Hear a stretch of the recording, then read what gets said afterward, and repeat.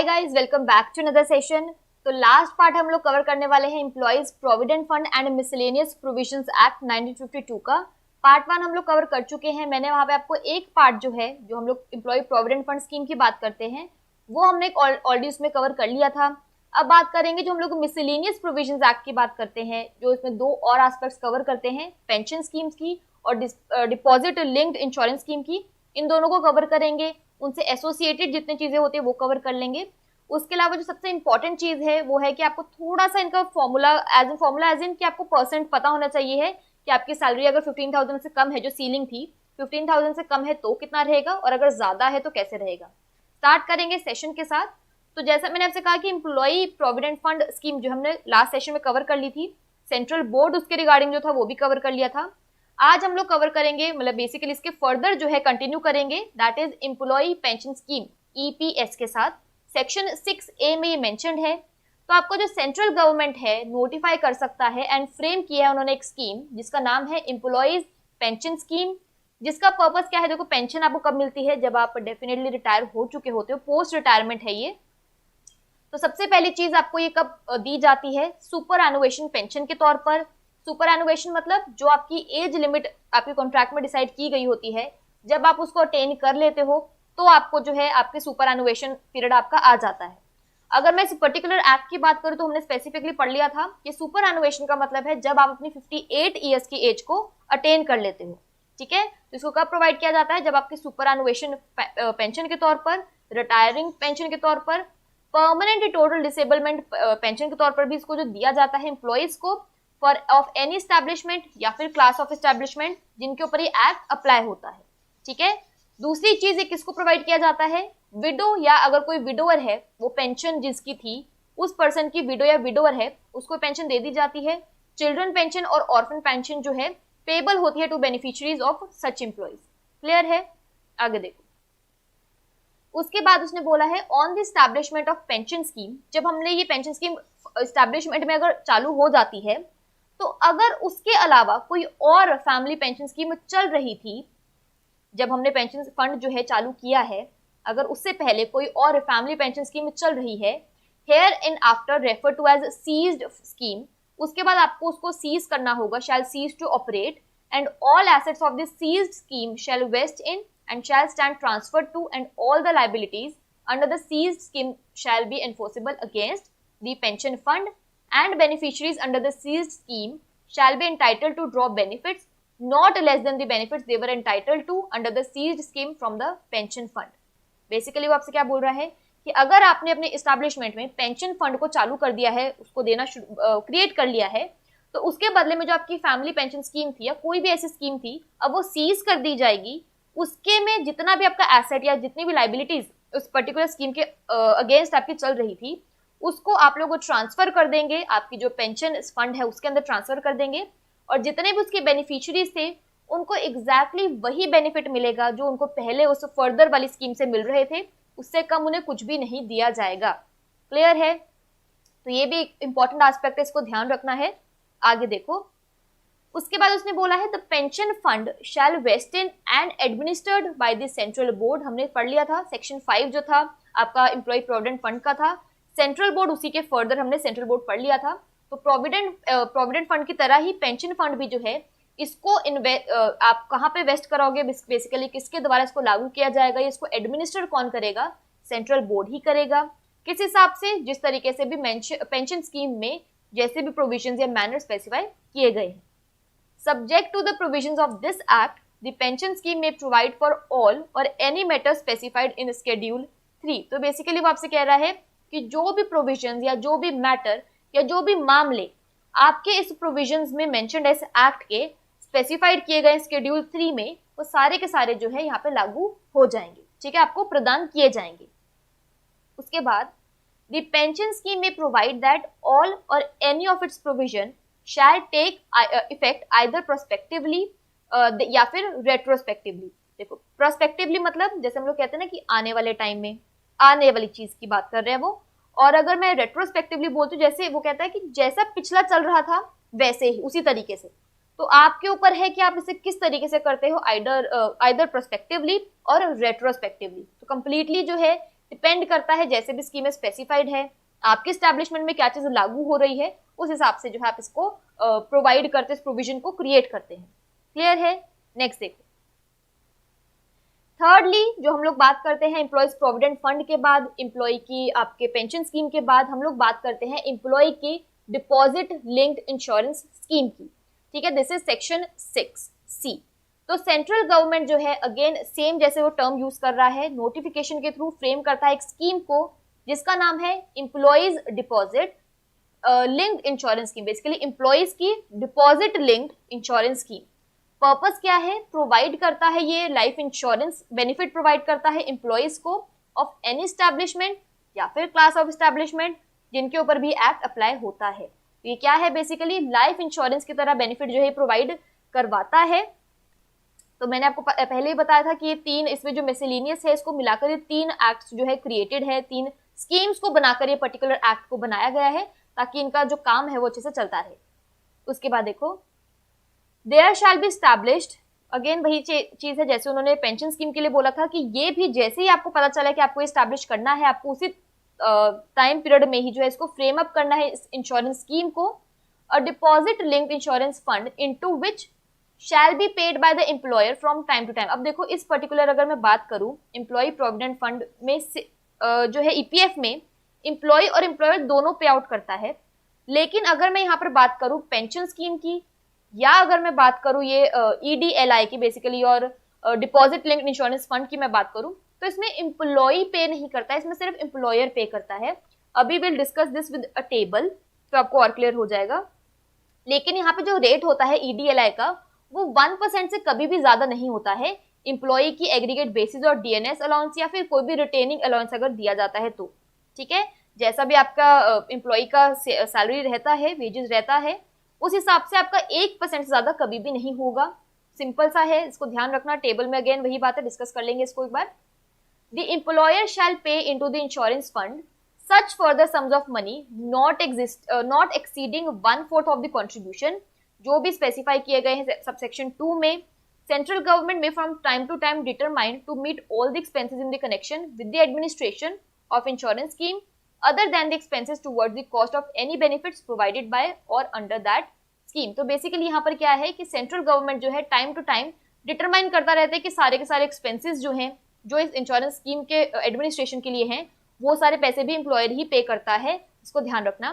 The insurance fund shall vest to again central board के पास ही वो रहेगा, इसीलिए मैंने सेंट्रल बोर्ड आपको पहले ही करवा दिया था ताकि आपको एक लिंक ध्यान में रहे। तो चाहे ईपीएफ की बात कर लो, चाहे ईपीएस की बात कर लो या फिर आप ईडीएलआई की बात कर लो, सब में जितना भी फंड के पैसे आएंगे, चाहे वो प्रोविडेंट फंड है, चाहे वो आपके पेंशन फंड है, चाहे वो आपका इंश्योरेंस फंड है, तीनों में से कोई भी फंड होगा वो किसके पास जाएगा, ये उसको कंट्रोल कौन करेगा? सेंट्रल बोर्ड करेगा। उसकी एडमिनिस्ट्रेशन भी सेंट्रल बोर्ड करेगा, जैसे भी इस इंश्योरेंस स्कीम में मेंशन्ड है। क्योंकि देखो अगर मैं इन स्कीम्स की बात करूं, इनकी डेट सबकी अलग अलग थी। ठीक है, हमने ऑलरेडी डिस्कस कर रखा है फर्स्ट पार्ट में, इसको ध्यान रखना। आगे देखो, अपील्स टू ट्राइब्यूनल। देखो कोई भी केस हो, आप किसी भी लेवल पे किसी भी एक्ट की बात कर लो, तो कहीं ना कहीं इंस्पेक्टर होता है, आपका चीफ अथॉरिटी होती है। अगर आपको दिक्कत होती है तो आप उनके पास जा सकते हैं। सेम तरीके से यहाँ पे अपील टू ट्राइब्यूनल आप कर सकते हो। सेक्शन 7I बोलता है ये, एनी पर्सन जो एग्रीव्ड है by the notification issued by the central government या फिर सेंट्रल गवर्नमेंट ने जो भी ऑर्डर पास किया है या कोई भी अथॉरिटी जो है, अगर उनके अगेंस्ट आपको कोई भी दिक्कत लग रही है, आप किसी भी तरीके से खुश नहीं हो किसी भी आपके ऑर्डर के लिए, तो आप जो है यहाँ पे उस पर्टिकुलर नोटिफिकेशन के अगेंस्ट ट्राइब्यूनल में जा सकते हैं। ट्राइब्यूनल की अपॉइंटमेंट जो है सेक्शन 7D में मेंशन है, लेकिन ऐसा इंपॉर्टेंट नहीं है इसलिए यहाँ पे मेंशन नहीं है, लेकिन आप सेक्शन ध्यान रखना, सेक्शन 7D है अपॉइंटमेंट ऑफ ट्राइब्यूनल। और अगर सेक्शन 7I की बात करें that is appeals to tribunal. उसके अलावा उसने बोला है एवरी अपील जो भी हमने सबसेक्शन 1 में की है, चाहे वो हमें सेंट्रल गवर्नमेंट के इशू नोटिफिकेशन की वजह से हो या उन्होंने जो ऑर्डर पास किया है या किसी भी अथॉरिटी की वजह से है, तो जो भी हमने अपील की है सबसेक्शन 1 में उसको हमें फिलअप करना है। आपको पता ही हमेशा एक प्रिस्क्राइब्ड फॉर्म में और एक प्रिस्क्राइब्ड मैनर में, उसी टाइम ड्यूरेशन में जो आपको पता है हर चीज में स्पेसिफाइड होता है कि 90 डेज के विद इन आपको करना है, 60 डेज के विद इन करना है, 7 डेज के अंदर अंदर करना है। तो सारे एस्पेक्ट्स आपको पता ही होते हैं। जैसे जैसे अभी ग्रीवेंस होगी आपको अकॉर्डिंगली अलग अलग इसकी इंफॉर्मेशन होती है। जो भी टाइम है उसके हिसाब से, उसके साथ आपको जो भी कंपनी करनी है, डॉक्यूमेंट से कुछ भी, उसके साथ आपको जो भी फीस प्रिस्क्राइब है वो भी साथ में पे आउट करनी पड़ती है। तो सब कुछ एक प्रिस्क्राइब्ड मैनर और प्रिस्क्राइब्ड फॉर्म में होना चाहिए। अब यहाँ पे एक बार टेबल डिस्कस कर लेते हैं। मैंने आपको इस एक्ट के शुरू होने टाइम ही बताया था कि यहाँ पर जैसे हम लोग हर एक्ट में सीलिंग की बात करते हैं, वेज सीलिंग की, यहाँ पर जो सैलरी की सीलिंग है दैट इज 15,000।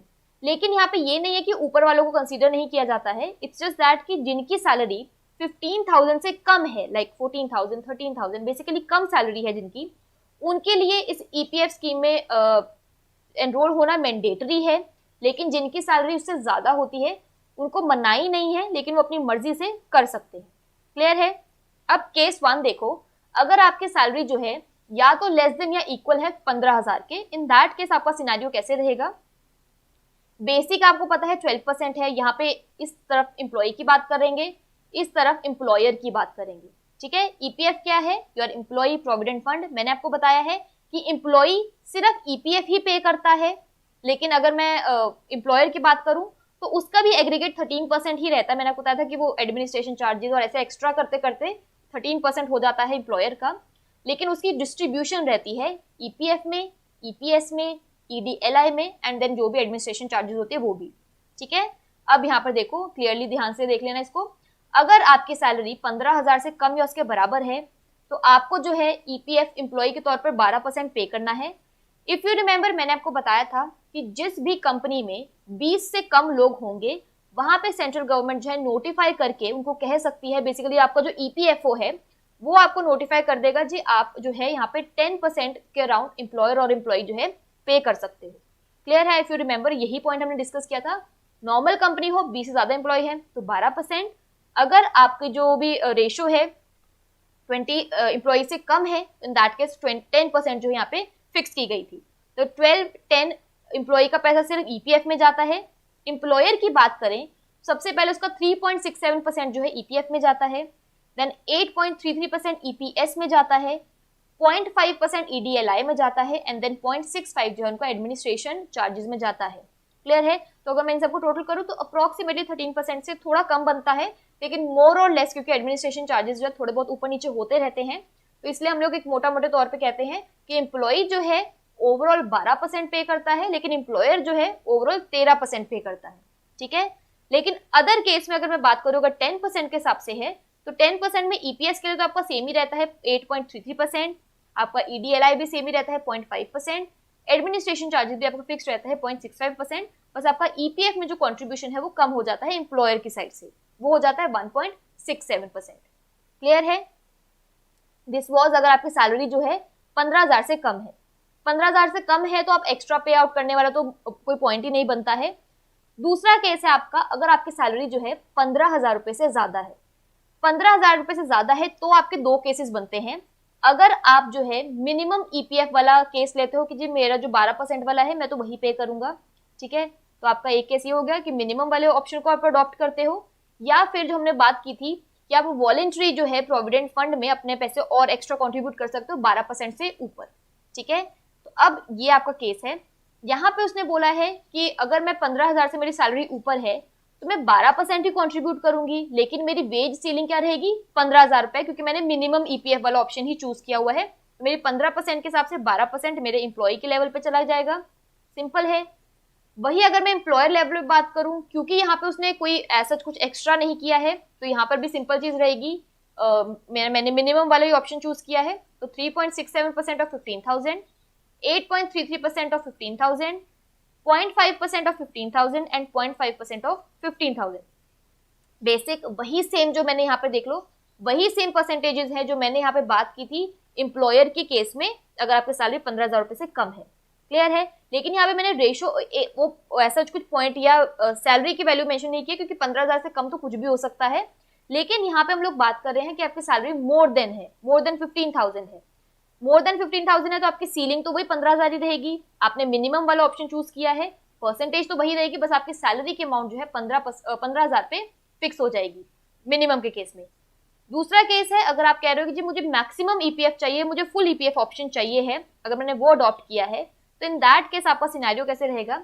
आपने जितना भी सैलरी जो है डिसाइड किया है जी मैं इतने अमाउंट पे वो पे आउट करूंगा, तो उसका तो आपको 12% ही पे करना है, लेकिन आपकी सैलरी जो है अकॉर्डिंगली जो आपने फिक्स की है वो आप यहाँ पे मेंशन कर देंगे एम्प्लॉय के तौर पे। एम्प्लॉयर के केस में आपको देना तो 13% ही है, लेकिन यहाँ पे दो केसेस हो सकते हैं ईपीएफ के लिए। या तो आपका केस हो सकता है कि आप 12% दो जो भी उसकी इंक्रीज्ड सैलरी है, या फिर आप 8.33% दे सकते हो 15,000 रुपए का। इनमें से कोई एक केस जो है यहाँ पे फॉलो हो सकता है। लेकिन अगर ईपीएस, ईडीएलआई, एडमिनिस्ट्रेशन चार्जेस की बात करें, ईपीएस तो देखो पेंशन तो आपका मिनिमम से वेजेस पे ही रहता है, 15,000 वाली पे ही रहता है। ईडीएलआई और आपका जो एडमिनिस्ट्रेशन चार्जेस है वो जाएगा आपका जितने भी उस एम्प्लॉय ने अपनी सैलरी जो है थॉट की है कि मैं इस पे दूंगा, तो आपको ईडीएलआई और एडमिनिस्ट्रेशन चार्जेस उसी पे देना पड़ता है। क्लियर है? इस चीज को यहाँ पे आपको ध्यान रखना है कि इसका कॉन्ट्रीब्यूशन किस हिसाब से है। आपकी सैलरी मोर देन 15,000 है या लेस देन या इक्वल टू 15,000 है। मोर देन के केस में आपको दो केसेस के यहाँ पे ध्यान रखनी है कि आपने मिनिमम ये ईपीएफ ऑप्शन चूज किया हुआ है या मैक्सिमम या फुल ईपीएफ ऑप्शन चूज किया हुआ है। क्लियर है? आगे बढ़ो यहाँ से। नाउ इंपॉर्टेंट पॉइंट जो आपको यहाँ पे ध्यान रखने हैं, अगर आपको पेंशन चाहिए है तो आपको मिनिमम 10 साल के लिए जो है कंट्रीब्यूशन करनी पड़ती है। अब आप सोचो यार शिट, मैंने तो सिर्फ 5 साल ही काम किया लेकिन मैंने ईपीएफ में तो पैसा कंट्रीब्यूट किया है। तो अगर ऐसा कोई सिचुएशन है तो आपने जितने भी पैसे दिए होते हैं आप उसको एनीवेज विड्रॉ कर सकते हो, आपको कोई ऐसा पेंशन वाला बेनिफिट नहीं मिलेगा। पेंशन वाला बेनिफिट चाहिए है तो आपको कम से कम 10 साल जो है कंट्रीब्यूट करना पड़ता है। ठीक है? दूसरा केस देखो, अगर आपकी बेसिक जो है 15,000 रुपए से ज्यादा है 2014 के बाद से, तो you can not become the member of pension fund, your employer whole contribution will go to EPF. तो आप यहाँ पे पेंशन के केस में नहीं आओगे अगर आपकी सैलरी जो है 15,000 रुपए से ज्यादा है 2014 के बाद से, तो इन दैट केस आप पेंशन फंड का जो है हिस्सा नहीं बन पाओगे, लेकिन ईपीएफ में जो है आपकी सारी कॉन्ट्रीब्यूशन चली जाएगी। ठीक है?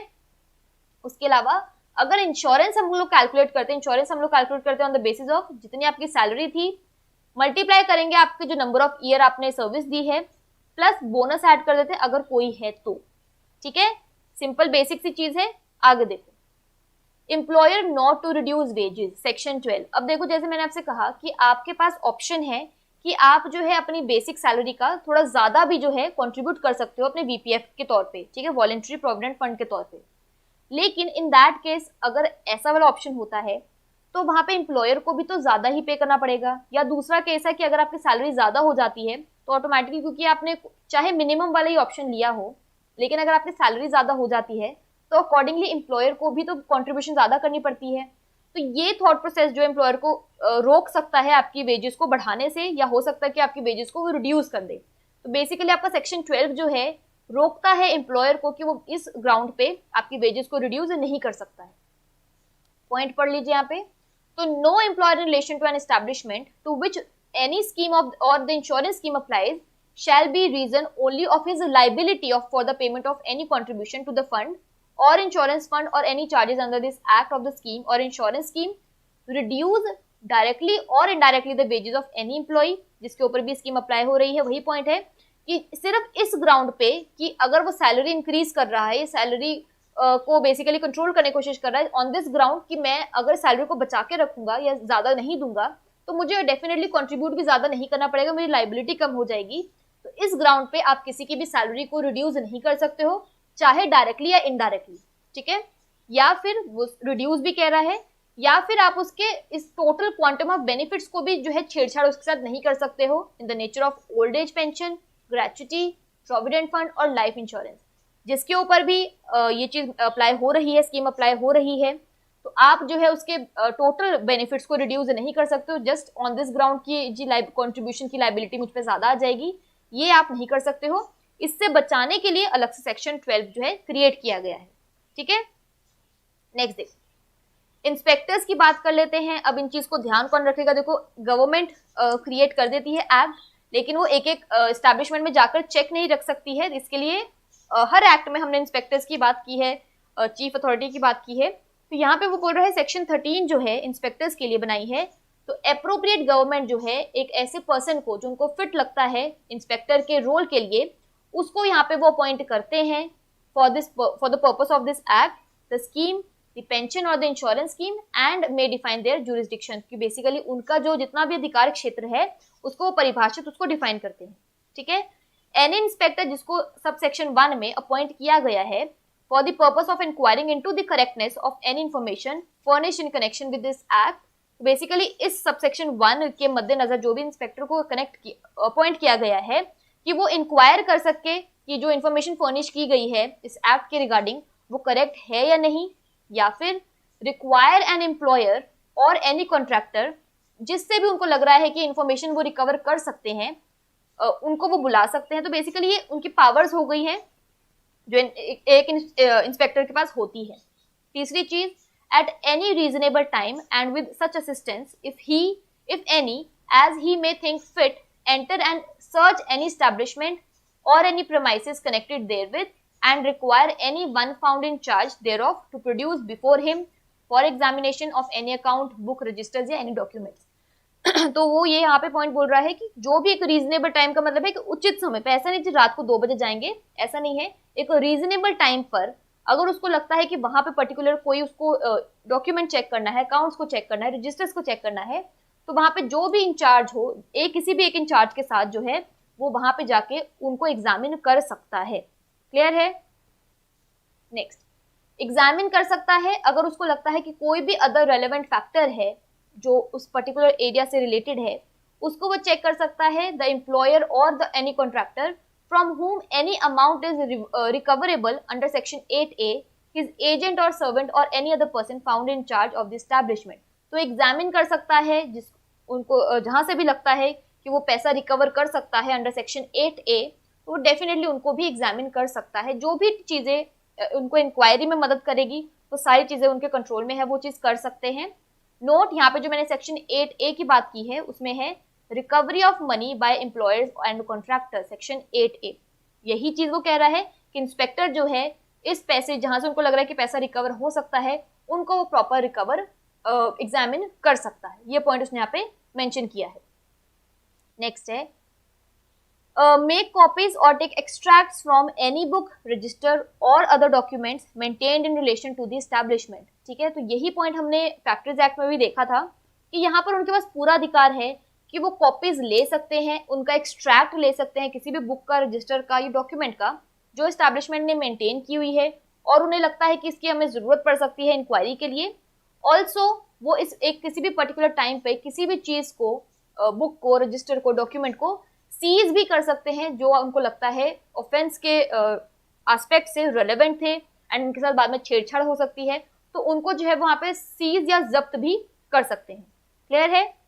नेक्स्ट देखो, ऑफेंसेस एंड पेनल्टीज यहाँ पे बात कर लेते हैं। तो अगर मैं चाहती हूँ कि मैं किसी भी तरीके की कोई गलत जो है घटना ना हो, अवॉइड करने के लिए कॉजिंग या मेकिंग फॉल्स रिप्रेजेंटेशन और स्टेटमेंट, इस तरीके की कोई भी चीज हो रही है जहां पे उन्होंने कुछ छुपाने की कोशिश की है, ओमिट कर दिया है, इन दैट केस फाइन रहेगा 5,000 रुपीज का।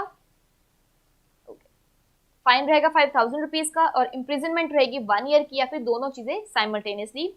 अगर हमने सेक्शन 6 या सेक्शन 17 को किसी भी तरीके से कॉन्ट्रावीन किया है या उनमें किसी भी तरीके का डिफॉल्ट किया है, तो इन दैट केस जो आपकी जेल की सजा है, कारावास जो है 3 साल तक बढ़ा दिया जा सकता है।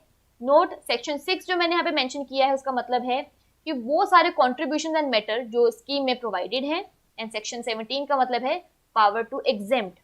अगर इन दोनों में से किसी भी जगह पर कोई भी तरीके का कॉन्ट्रावेंशन हो रहा है या डिफॉल्ट हो रहा है, तो इन दैट केस आपकी जो सजा है 3 साल तक के लिए इसको बढ़ा दिया जा सकता है। तो अगर आप यहाँ पे प्रॉपरली चेक करो, ऑल्दो यहाँ पर जो हम लोग बात कर रहे हैं ना, इतनी ज्यादा कोई फैक्ट्रीज एक्ट के हिसाब से इतनी ज्यादा नहीं है जो इनमें सजा दी जाती है, बट अगेन डिपेंड करता है।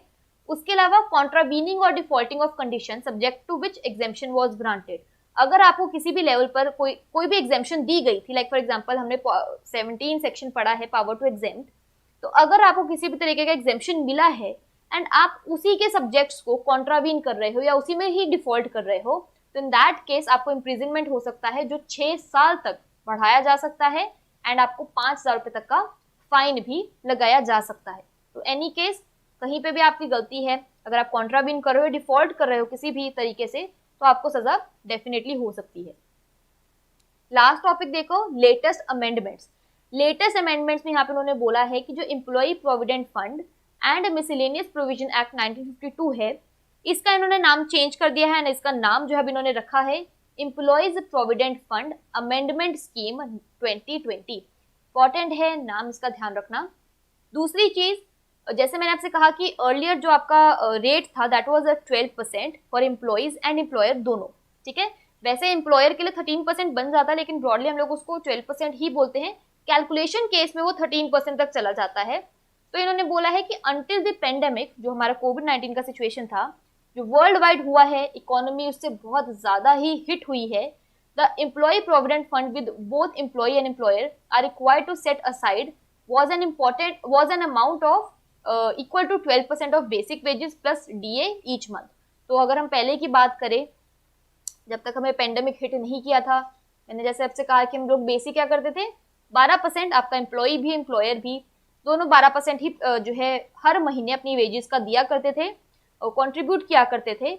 लेकिन इन्होंने फिर क्या किया, क्योंकि सबको पैसों की इतनी दिक्कत थी, अर्निंग की इतनी दिक्कत थी, तो इस चीज को, करंट सिनेरियो को और फाइनेंशियल सिनेरियो को देखते हुए जो हमारी फाइनेंस मिनिस्टर है निर्मला सीतारमण ने, उन्होंने टेम्पोरेरी रिलीफ दिया था एम्प्लॉयज और एम्प्लॉयर को कि आप जो है अपनी जो कंट्रीब्यूशन है उसको रिड्यूस कर सकते हो 12% से 10% के लिए अगले 3 महीनों के लिए, ठीक है।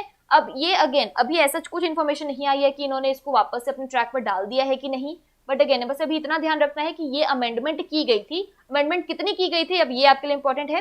तो उसको 12% से जो है रिड्यूस कर दिया गया था टू 10%। उसके अलावा जो यहाँ पे नाम मेंशन है कि इनका जो नाम है पूरे एक्ट का, employees provident fund and miscellaneous act 1952, इसका नाम चेंज कर दिया गया है, बहुत इंपॉर्टेंट है, that is employees provident fund amendment scheme 2020। Clear है। तो यहाँ जो है हमारे सारे के सारे एक्ट्स हमने वाइंड अप कर लिए हैं। थोड़ा बहुत टॉपिक बचा होगा industrial relations and labour law से रिलेटेड, हमने सारे एस्पेक्ट्स कवर कर लिए। इनफैक्ट कुछ सोशल सिक्योरिटी के भी टॉपिक्स हमने कवर कर लिए हैं यहाँ पर, तो आपके लिए काफी बेनिफिट रहेगा इसका। आई थिंक लेबर कोड्स हमारा रह गया है, बस उसको कवर करेंगे and will be good to go with the syllabus. Thank you so much, इन सबको अच्छे से पढ़ लेना। I will see you in my next session.